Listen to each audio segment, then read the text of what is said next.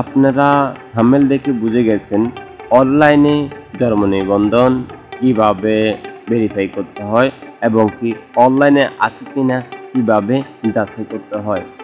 আজকের ভিডিওটি সবার জন্য গুরুত্বপূর্ণ এবং কি আপনারা ভেরিফাইয়ের সাথে সাথে নিবন্ধন চাইলে ডাউনলোড করতে পারবেন। তো আজকের কথা না বাড়িয়ে চলে যাই মূল ভিডিওতে। যারা আমার চ্যানেলটিকে সাবস্ক্রাইব করেননি এখনই সাবস্ক্রাইব করে নেন, যারা সাবস্ক্রাইব করছেন তাদেরকে অসংখ্য ধন্যবাদ।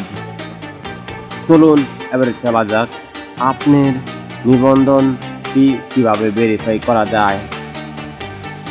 চলে আসলাম নিবন্ধনের একটি অফলাইন সাইটে। আসার পরে দেখেন একটি লোডিং নিচ্ছে। এইটার লিঙ্ক আমি ডিসক্রিপশন বক্সে দিয়ে রাখবো, আপনারা ডিসক্রিপশন বক্স থেকে নিয়ে নেবেন। নেওয়ার পরে এখানে আপনার নিবন্ধনের 17 অক্ষরের নাম্বারটা কি সেটা দিয়ে দিবেন। তো আমারটা আমি দিয়ে দিলাম। এখানে আপনার জন্ম তারিখ দিতে বলেছে, সেটা দিয়ে নেবেন। তো আমি আমার জন্ম তারিখটি দিয়ে দিলাম এবং কি কোন মাসে আমার জন্ম সেটাও লিখতে হবে এবং কি কত সালে আপনার জন্ম, মানে আপনার জন্ম সালটি। তো আমি আমারটা দিয়ে দিলাম। তো এর প্রচেষ্টা শেষ।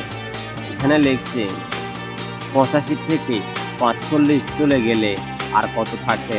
আপনাদের কাছে অন্যটা আসতে পারবে, যোগ আসতে পারে। সেক্ষেত্রে আমার কাছে থাকে 40 টাকা। আমি 40 টাকায় দিয়ে দিলাম। এই যে দেখুন এখন চার্জ র্যাঙ্ক, এখানে যাবেন। তো আপনার নিবন্ধনটি যদি অনলাইনে থেকে থাকে সাথে সাথে আপনাকে দেখাবে। এই দেখেন আমার নিবন্ধনটি অনলাইনে আছে দেখে এখানে স্ক্রিনশট শো করছে।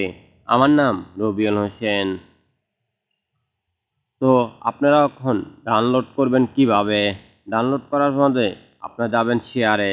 এই যে দেখেন শেয়ারে যাওয়ার পরে লেখা উঠবে পিন। এখানে যাবেন, পিন দিলে দেখবেন আপনার নিবন্ধনটি এই যে দেখেন টোটালি পিডিএফ এর মাধ্যমে ডাউনলোড হয়ে যাবে। আমার এটা সেভ করব কোন জায়গায়, আমি ডাইরেক্টলি মেমোরিতে দিয়ে দিলাম। তো আমার নিবন্ধনটি ডাউনলোড হয়ে গেছে। আপনারটা করবেন, দেখেন করতে পারেন কিনা।